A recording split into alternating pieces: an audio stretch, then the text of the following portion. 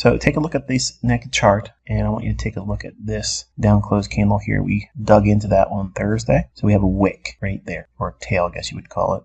And whenever I look at tail or a wick, my eye goes immediately to the midpoint. Okay, that's consequent encroachment. The algorithm treats this as a gap. The high of this candle and the open of that candle. Okay, so this is a bullish order block. What makes it a bullish order block? We are inside of this candle in terms of the high and the opening price, and I'm using those specific price points and not the middle or mean threshold of the body or the mean threshold of the entire high to low. I'm using this because this is the last down close candle prior to this run up after digging into this one. So what specific kind of order block is this one here? Propulsion block. Propulsion block is something that works off of an earlier order block. So we have an order block here, and then this one digs into that one. But you don't ever want to see price go down below half of this candle's body. And we don't get that. We get real close to it, but we don't get it. So that to me tells me that the next day, it's still advantageous to anticipate higher prices. So you can see here on an hourly chart, we have a high to low after taking buy side here, inefficiency. And when do breakers not provide the cleanest points of rejection or where we can use them for entries and whatnot?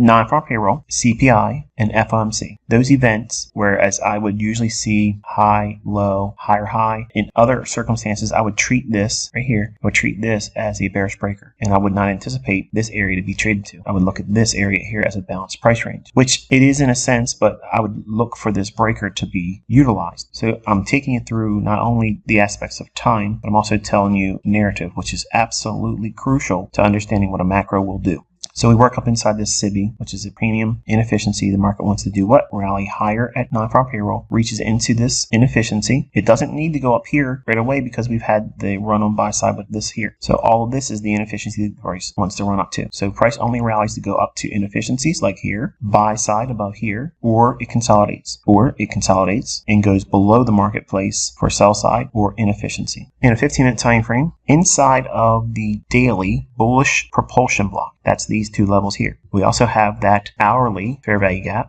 Your first task is to, again, identify what is above the marketplace, inefficiency and liquidity, buy side, and what's below the marketplace, inefficiency and sell side. Now, obviously, you can get crazy and look way beyond the scope of where the market will likely reach for, but you want to look at previous days highs and lows, session highs and lows, the highs and lows in the last 3 days, and previous week high and low. All of those are very quick, easy, go-to general rules of thumb for knowing where price will likely gravitate for inefficiencies or liquidity. So that bullish propulsion block, the wick high, the opening of that, and then that hourly fair value gap, that blue shaded area, in the middle of the propulsion block high and propulsion block opening price, that's these two specific levels here, half of that range is the premium wick consequent encroachment. That means from the high of the propulsion block's wick to the opening of it, half of that, that's this measurement right here. You can see how sensitive it is. So the market drops after running up initially here, comes back down below the lows in here, but digs into all this order flow, but specifically right into consequent encroachment of the bullish daily propulsion block, which is a order block. Then the market starts to move higher. Notice what it's doing first. It's taking buy side and trading up into an inefficiency, and then reverses and goes down to sell side. So one of the things for your notes for non-farm payroll, whatever side of the marketplace it goes for first, right as 8:30 news hits, usually, not always, usually that will be the false run. So in other words, I'll give you an example here. It rallies for the buy side first. It takes traders into the marketplace, traps them long. They want to see it keep going higher. And then the market trades lower and takes out the sell stops on anyone that is long here and below recent lows. So they are not permitted to be allowed to ride this up. So trap them long, stop out any shorts, drop lower, induce new shorts, crush the longs, trap them short, accumulate the sell side, and then run for the buy side here and any other higher time frame, draw on liquidity. So this candlestick right here, that is your bullish order block. Again, same premise I used with the daily chart here, the high of the wick to the opening. You can see that small little gap right in here, but I'm highlighting this order block that has that fair value gap, that is suggesting that we could go higher after stops have been taken. That is a high probability bullish order block. So we're looking for this shaded area here to key off of and use to get in alignment with price action going higher. 3-minute chart, I'm adding that in here so you can see inside that order block, the gap actually gets refined even better here. You can see the bodies of the candles just about respecting that. And then sending it higher, we have an inefficiency here, which is what? An inversion fair value gap. Order flow is bullish, stops have been taken, draw is here. All of this imbalance, it goes up into it and then treats it as support. So they're accumulating more longs in here. And it rallies up, takes out the buy side here. So we're dropping down into a 1 minute chart.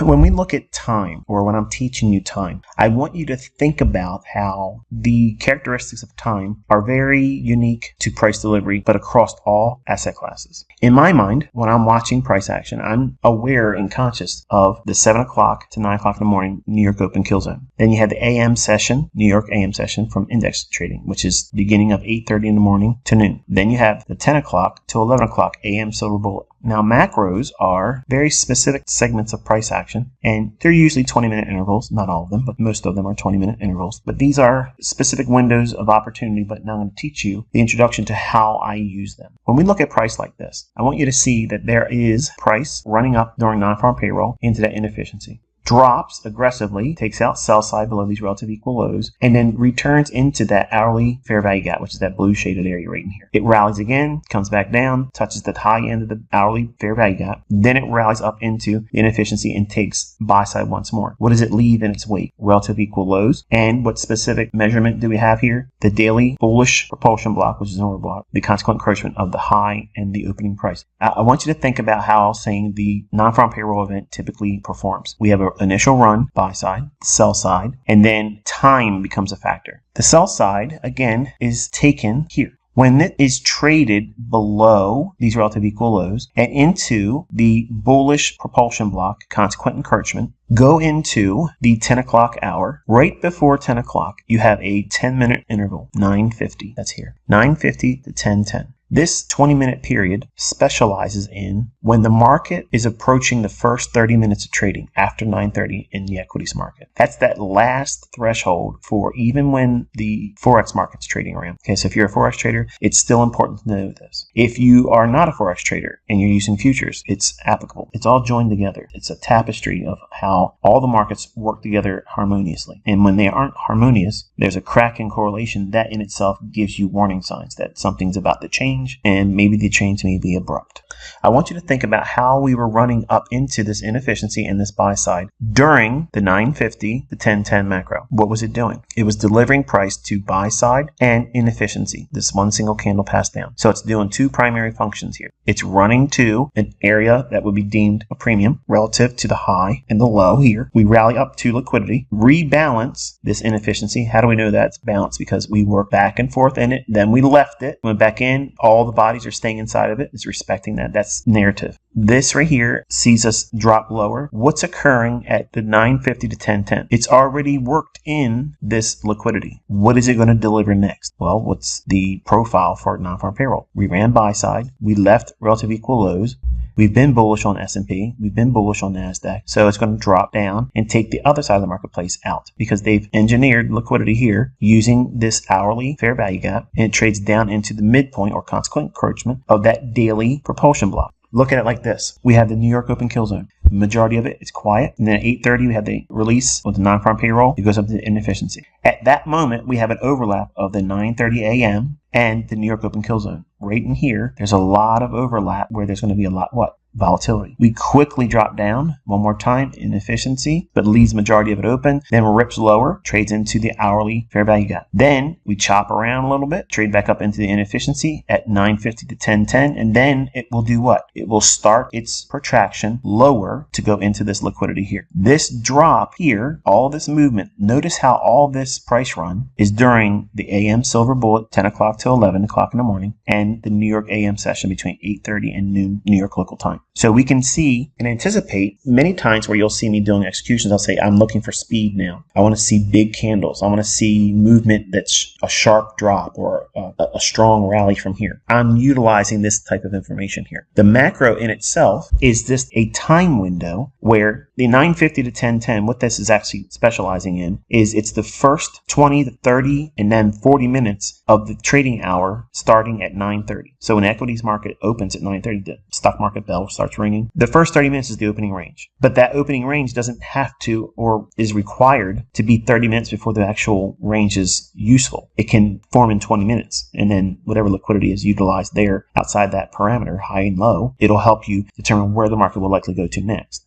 But at 9:50 to 10:10, what is actually happening is the run that starts at 9:30 here, it goes into the liquidity here. So now we start a macro between 9:50 and 10:10. A macro is a short list of directives that the algorithm will run. It's like a small little list of orders that it has to do to then seek where liquidity and or inefficiencies are. We've already went into a premium relative to the high and low. We're into inefficiency and we've already bumped buy side. So two functions of delivery of price has been met. Both of them for the purposes of seeking liquidity and inefficiency. It has balanced this out here, and then it starts its run for the opposing side of liquidity. Why is it not going to keep going higher? Why is this not a bull flag? Because the parameters of the buy side here and the sell side, we have to incorporate the profile of non-farm payroll, which is what? First rally, then go down, take out the stops, and then resume going higher. Or drop down, take out sell side, then run higher, take out the buy side, and then drop down. Or just be a choppy mess that non-farm payroll can many times be. We drop down during the peak of silver bullet 10 to 11 time window. There is a silver bullet entry in here. There is a silver bullet entry in here during the AM session silver bullet time window. Trades down to consequent encroachment of the bullish propulsion block on the daily chart. And it's also consequent encroachment of the hourly fair value. Got this shaded in blue. Notice that? Then we rally a little bit. Short-term high. We pierce that. We have an order block again that was shaded from the higher time frame. We drop down, touch another order block on the hourly chart. So you can see the hierarchy from higher time frame down to lower time frame. The market touches it beautifully, stops perfectly at this opening price, the down close candle, inside that shaded area, which is a larger time frame or higher time frame order block from high to opening price. That's what that green shaded area was. And then we rally. What does it form right here during the 10:50 to 11:10? What is the significance with 11:50 to 11:10? You're ending the 10 o'clock to 11 o'clock hour, which is the first 90 minutes of trading. And then we're going to enter the time of day where we enter a New York lunch. And New York lunch has its own macro, or it usually runs for liquidity.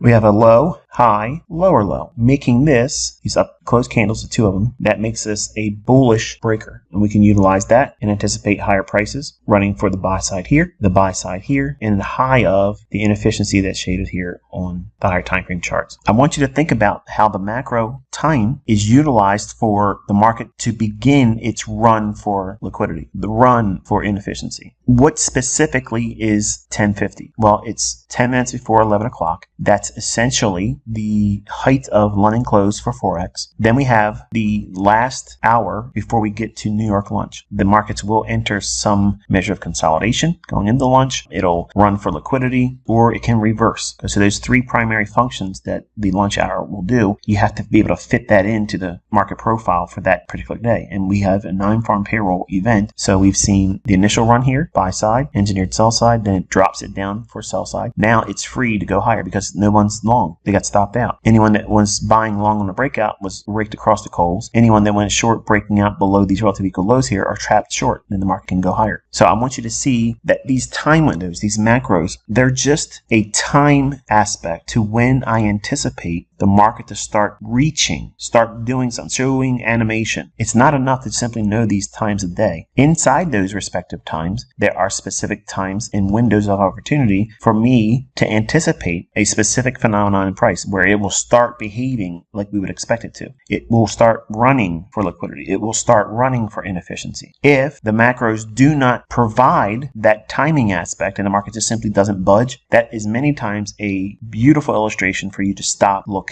and close your charts. Okay, all a macro is the beginning of a spooling event. Spooling is where price starts to reach for. It's like casting price away, higher or lower. And I'm watching these specific times a day to do those very things. It is not going to give you a direction.